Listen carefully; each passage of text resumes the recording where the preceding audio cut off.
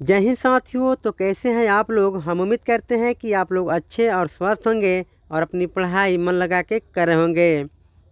साथियों, आज की इस वीडियो में हम लोग देखने वाले हैं जीव विज्ञान का ऐसे VVI वन लाइनर प्रश्न जो कि कई बार एग्ज़ाम में पूछे जा चुके हैं और आगामी होने वाले एग्ज़ाम में पूछे जा सकते हैं।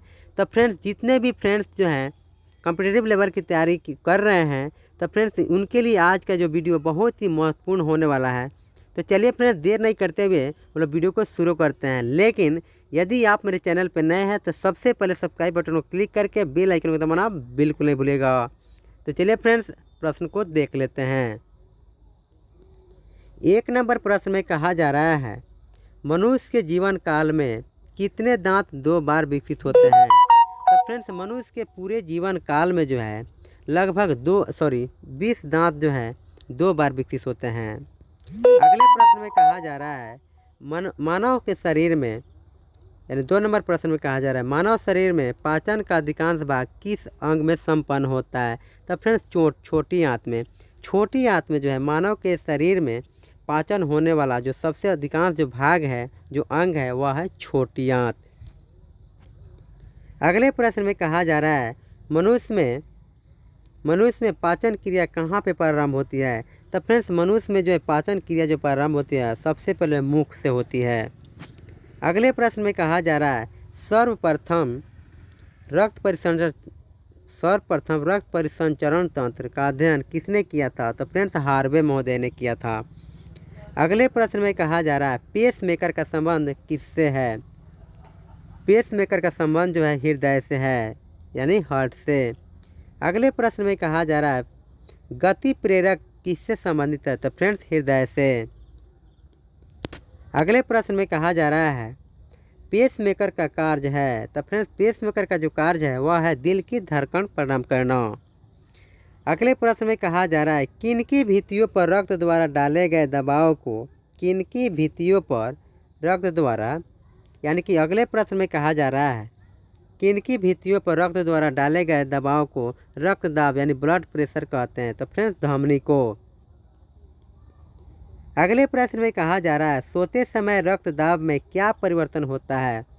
तो फ्रेंड्स, सोते समय रक्तदाब में जो है परिवर्तन जो होता है वह होता है घटता है। रक्त जो है घटता है, बढ़ता नहीं है, स्थिर नहीं रहता है, वह घटता है। अगले प्रश्न में कहा जा रहा है, मानव रुधिर का pH मान कितना होता है। तो फ्रेंड्स, मानव के जो रुधिर होते हैं उनका जो pH मान होता है वह होता है 7.4 होता है। अगले प्रश्न में कहा जा रहा है, मानव रक्त प्लाज्मा में प्रायः पानी की प्रतिशत मात्रा में कितनी भिन्नता होती है। तो फ्रेंड्स, 80-80%, यानी कि 80% जो है मानव के रक्त प्लाज्मा में जो प्रायः पानी की जो प्रतिशत होती है 80-80% जो है भिन्नता होती है। अगले प्रश्न में कहा जा रहा है, रक्त में पाई जाने वाली धातु कौन सी है। तो फ्रेंड्स, रक्त में पाई जाने वाली जो धातु है वह है लोहा, यानी कि आयरन, आयरन। अगले प्रश्न में कहा जा रहा है, रक्त का शुद्धिकरण कहाँ होता है। तो फ्रेंड्स, रक्त का जो शुद्धिकरण होता है किडनी में होता है। अगले प्रश्न में कहा जा रहा है, फ्रेंड्स, अधिकतम पोषक तत्व रक्त में कहाँ अवशोषित किए जाते हैं। तो फ्रेंड्स, छोटी आंत में।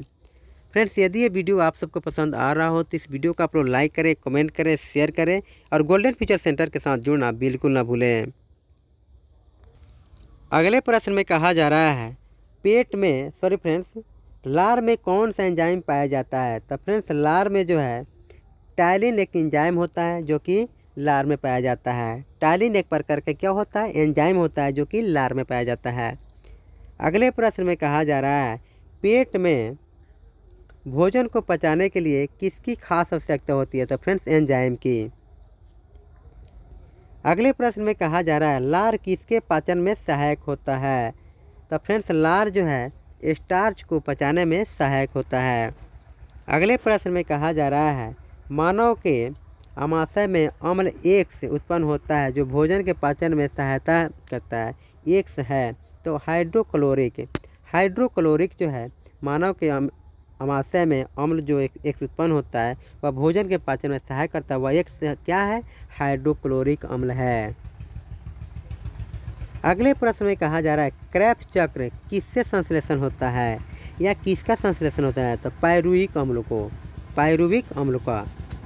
तो अगले प्रश्न में कहा जा रहा है फ्रेंड्स, मानव शरीर में खून शुद्धिकरण की प्रक्रिया, मानव के शरीर में जो ब्लड होते हैं उसको शुद्धिकरण करने की प्रक्रिया जो होती है वह डायलिसिस कहलाती है। अगले प्रश्न में कहा जा रहा है पेप्सिन बदल देता है किसको? तो प्रोटीन को पॉलीपेप्टाइड में। अगले प्रश्न में कहा जा रहा है पाचन क्रिया में प्रोटीन किस पदार्थ में बदल जाते हैं? तो एमिनो अम्ल में।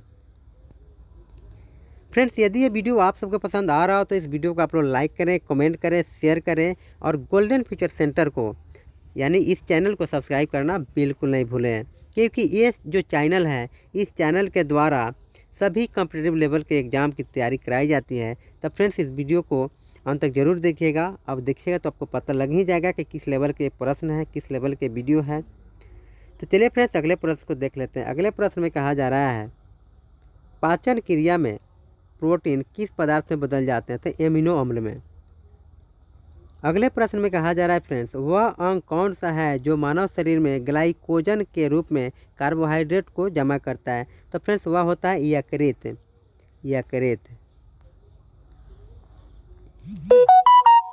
फ्रेंड्स, यदि ये वीडियो आप सबको पसंद आ रहा हो तो इस वीडियो को आप लोग लाइक करें, कमेंट करें, शेयर करें।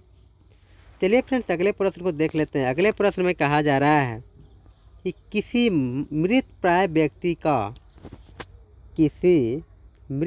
व्यक्ति का गुर्दा लेने के लिए उसे किस स्थिति में होना चाहिए? तो फ्रेंड्स, केवल तंत्रिकीय यानी कि केवल तंत्रिकीय प्रकारों का अवसान। अगले प्रश्न में कहा जा रहा है यदि एक पिता का रक्त वर्ग ए है और माता का रक्त वर्ग ओ है तो बताइए कि उनके पुत्र का कौन सा वर्ग हो सकता है? तो फ्रेंड्स, बिल्कुल जाहिर सी बात है वो होगा। अगले प्रश्न में कहा जा रहा है कोई बी प्रकार के रुधिर वाला व्यक्ति किसी आकस्मिक संकट में किस प्रकार के रुधिर वाले व्यक्ति को रुधिर दान कर सकता है? तो ए बी या बी को कर सकता है। अगले प्रश्न में कहा जा रहा है यदि माता पिता में से एक का रुधिर वर्ग ए बी है और दूसरे का ओ है तो उनके बच्चे का संभावित रुधिर वर्ग क्या होगा? तो ए या बी होगा। अगले प्रश्न में कहा जा रहा है संतानों की भ्रूणीय अवस्था में माता के गर्भाशय के अंदर ही रक्त का थक्का बनने से मृत्यु हो जाती है। इस रोग को क्या कहते हैं? तो फ्रेंड्स, इस रोग को जो है इरिथ्रोब्लास्टिस कहते हैं या फोर्टिलिस कहा जाता है। इसका कारण है पिता का RH तथा माता का RH का होना, यानी पिता का RH तथा माता का RH जो है एक जगह मिल करके क्या होता है? जमा होता है, जिससे भ्रूण यानी कि गर्भ में ही बच्चा यानी शिशु की मृत्यु हो जाती है। वो किसके कारण होती है? तो RH तथा यानी कि पिता का RH तथा माता का RH का जमा होना। अगले प्रश्न में कहा जा रहा है कौन सा रक्त समूह सर्वग्राही रक्त समूह कहलाता है? तो फ्रेंड्स, ए बी जो है सर्वग्राही रक्त समूह कहलाता है। अगले प्रश्न में कहा जा रहा है ए बी रक्त वर्ग वाले व्यक्ति को सर्वात्रिक ग्राही कहा जाता है क्योंकि उसमें क्या होता है? उसके रक्त में प्रतिपिंड का अभाव होता है। अगले प्रश्न में कहा जा रहा है सार्वत्रिक ग्राही यानी कि यूनिवर्सल रेसिपिएंट कौन से रुधिर वर्ग का वर्ग होता है? तो ए बी का होता है फ्रेंड्स। अगले प्रश्न में कहा जा रहा है कौन सा रक्त वर्ग सार्वत्रिक दाता यानी यूनिवर्सल डोनर कहलाता है? तो फ्रेंड्स, ओ जो है यूनिवर्सल डोनर कहलाता है। अगले प्रश्न में कहा जा रहा है कि यदि किसी पुरुष का रक्त वर्ग ए बी हो तथा महिला का रक्त वर्ग बी हो तो उनकी संतानों में कौन सा रक्त वर्ग उपस्थित नहीं हो सकता है? तो फ्रेंड्स, ओ जो ब्लड ग्रुप है ए बी तथा बी दोनों वर्ग के महिलाओं या जो माता पिता हैं उनके अगर माता की ब्लड ग्रुप बी हो और पिता की ए बी हो तो उनके बच्चे का जो ब्लड ग्रुप होगा वो नहीं हो सकता है। अगले प्रश्न में कहा जा रहा है मनुष्य में कुल कितनी हड्डियां होती है। तो फ्रेंड्स मनुष्य में जो है कुल 206 हड्डियां होती है। अगले प्रश्न में कहा जा रहा है नवजात शिशुओं में हड्डियों की संख्या लगभग कितनी होती है। तो फ्रेंड्स 206। नवजात शिशुओं में जो हड्डियों की जो संख्या होती है 206 होती है। अगले प्रश्न में कहा जा रहा है मनुष्य की खोपड़ी में कितनी अस्थियां हैं। तो फ्रेंड्स 8। मनुष्य की जो खोपड़ियां हैं उसमें 8 अस्थियां होती है। अगले प्रश्न में कहा जा रहा है मनुष्य के शरीर में पसलियों के कितने जोड़े होते हैं। तो फ्रेंड्स 12। मनुष्य के शरीर में जो पसलियां होती हैं उनके जो जोड़े होते हैं 12 होते हैं। अगले प्रश्न में कहा जा रहा है शरीर की सर्वाधिक प्रबल अस्थि होती है। तो फ्रेंड्स जबड़े में। फ्रेंड्स यदि ये वीडियो आप सबको पसंद आ रहा हो तो इस वीडियो को आप लोग लाइक करें, कमेंट करें, शेयर करें और गोल्डन फ्यूचर सेंटर के साथ जुड़ना बिल्कुल नहीं भूलें। अगले प्रश्न में कहा जा रहा है मानव शरीर की सबसे छोटी हड्डी कौन सी है। तो स्टेपिस। अगले प्रश्न में कहा जा रहा है फ्रेंड्स मानव शरीर की सबसे लंबी हड्डी कौन सी है। तो फीमर। अगले प्रश्न में कहा जा रहा है मनुष्य के शरीर में पैर की हड्डी खोखली होती है। चलिए फ्रेंड्स अगले प्रश्न को देख लेते हैं। अगले प्रश्न में कहा जा रहा है टिबिया नामक हड्डी किसमें पाई जाती है। तो फ्रेंड्स टांग में पाई जाती है।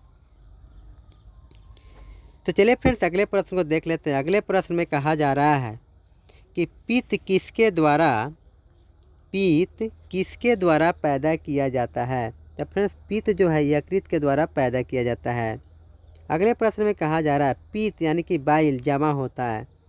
पित्त यानी कि बाइल जमा होता है कहाँ। तो पित्ताशय में। अगले प्रश्न में कहा जा रहा है स्वस्थ मनुष्य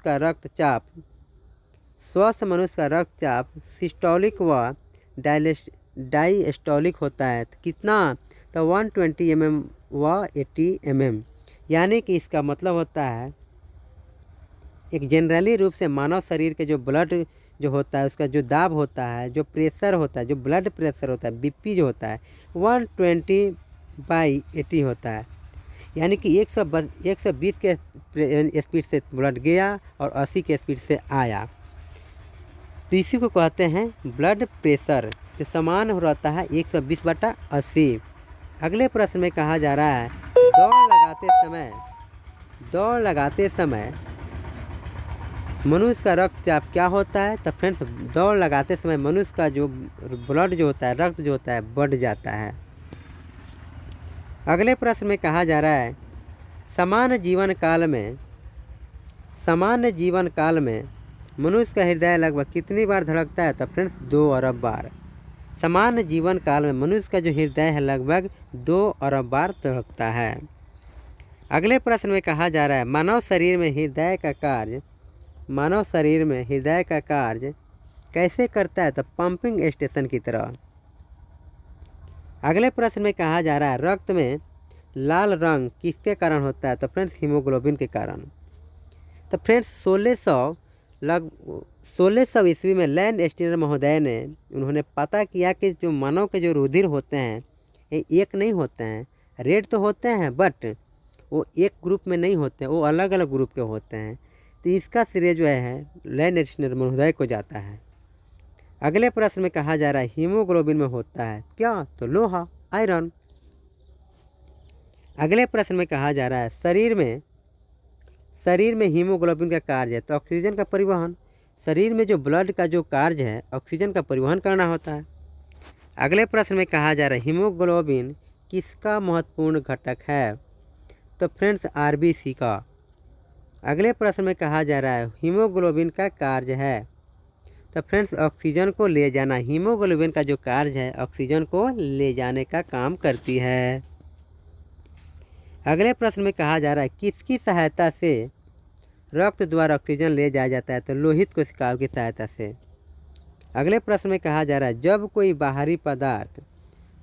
बाहरी पदार्थ मानव रुधिर प्रणाली में प्रविष्ट होता है तो प्रक्रिया कौन प्रारंभ करता है। तो फ्रेंड्स WBC करता है। अगले प्रश्न में कहा जा रहा है लाल रक्त कणिकाएँ RBC कहाँ उत्पन्न होता है। तो अस्थि मज्जा में। अगले प्रश्न में कहा जा रहा है किसको RBC का कब्रिस्तान कहा जाता है। तो प्लीहा का। अगले प्रश्न में कहा जा रहा है फ्रेंड्स, मनुष्य की लाल रक्त कोशिकाओं का जीवन काल कितना होता है? तो फ्रेंड्स 120 दिन का होता है। फ्रेंड्स यदि ये वीडियो आप सबको पसंद आ रहा हो तो इस वीडियो को आप लोग जितना हो सके शेयर करें, लाइक करें, कमेंट करें और गोल्डन फ्यूचर सेंटर चैनल के साथ जुड़ना बिल्कुल नहीं भूलें। फ्रेंड्स यदि ऐसे ही नए नए वीडियो प्राप्त करना चाहते हैं, यदि आप किसी भी कम्पिटिटिव लेवल की अगर तैयारी कर रहे हो, यदि ऐसे ही नए नए वीडियो पाना चाहते हैं तो आप लोग मेरे चैनल को सब्सक्राइब करें और मेरे वीडियो को लाइक करें, कमेंट करें, शेयर करें। तो चलिए फ्रेंड्स अगले प्रश्न को देख लेते हैं। अगले प्रश्न में कहा जा रहा है, पचे हुए भोजन में मौजूद विषैले पदार्थ का कौन सा अंग चूषण करता है? तो फ्रेंड्स यकृत करता है। अगले प्रश्न में कहा जा रहा है, मानव शरीर में लाल रक्त कण का निर्माण कहाँ होता है? तो फ्रेंड्स अस्थि मज्जा में होता है। अगले प्रश्न में कहा जा रहा है, लाल रुधिर कणिकाओं का उत्पादन किसके द्वारा होता है? तो अस्थि मज्जा के द्वारा होता है। अगले प्रश्न में कहा जा रहा है, उच्च 49 पर मानव शरीर में आरबीसी की क्या होती है? संख्या बढ़ती है। अगले प्रश्न में कहा जा रहा है, सफ़ेद रक्त कण WC का मुख्य कार्य क्या है? तो रोग प्रतिरोधक क्षमता का धारण करना है। फ्रेंड्स ऐसे ही नए नए वीडियो यदि आप लोग प्राप्त करना चाहते हैं तो मेरे गोल्डन फ्यूचर सेंटर चैनल को आप लोग सब्सक्राइब करें और मेरे वीडियो को लाइक करें, कमेंट करें, शेयर करें। यदि किसी भी आप कम्पिटिटिव लेवल की तैयारी कर रहे हैं तो आप इस चैनल पे जुड़ करके आप अपनी तैयारी को और स्ट्रॉन्ग से मजबूत बना सकते हैं। तो फिर देर किस बात की, बिल्कुल देर मत कीजिए फ्रेंड्स। आप गोल्डन फ्यूचर सेंटर के साथ जुड़ करके आप अपने कॉम्पिटिटिव के लेवल की तैयारी को आप स्ट्रॉन्ग रूप से आगे बढ़ा सकते हैं। तो चलिए फ्रेंड्स, वीडियो देख के ही पता लग रहा होगा, क्वेश्चन को देख के ही पता लग रहा होगा कि क्वेश्चन किस लेवल का है। तो चलिए फ्रेंड्स अगले प्रश्न को देख लेते हैं। अगले प्रश्न में कहा जा रहा है, मनुष्य में मेरुदंड से कितनी जोड़ी तंत्रिका निकलती है? तो फ्रेंड्स 31। अगले प्रश्न में कहा जा रहा है, प्रतिवर्ती क्रियाओं का नियंत्रण केंद्र कहाँ पर होता है? कैसेरुक रज्जु में। अगले प्रश्न में कहा जा रहा है, स्तनधारी किसमें यूरिया बनाते हैं? तो फ्रेंड्स यकृत यानी कि लीवर में। अगले प्रश्न में कहा जा रहा है, मानव शरीर में सबसे छोटी अंतःस्रावी ग्रंथियाँ होती है? तो अवाटू ग्रंथि में, अवाटू। अंतिम प्रश्न को देख लेते हैं फ्रेंड्स। अंतिम प्रश्न में कहा जा रहा है, मूत्र का पीला रंग किसकी मौजूदगी के कारण होता है? तो यूरोक्रोम के। फ्रेंड्स वीडियो देखने के लिए आप लोग को बहुत बहुत धन्यवाद। फिर मिलते हैं अगले वीडियो में नए वीडियो के साथ। तब तक के लिए आप अपना ध्यान रखिए, अच्छा से पढ़ाई कीजिए, मन लगा के पढ़ाई कीजिए। तब तक के लिए see you, take care, all the best.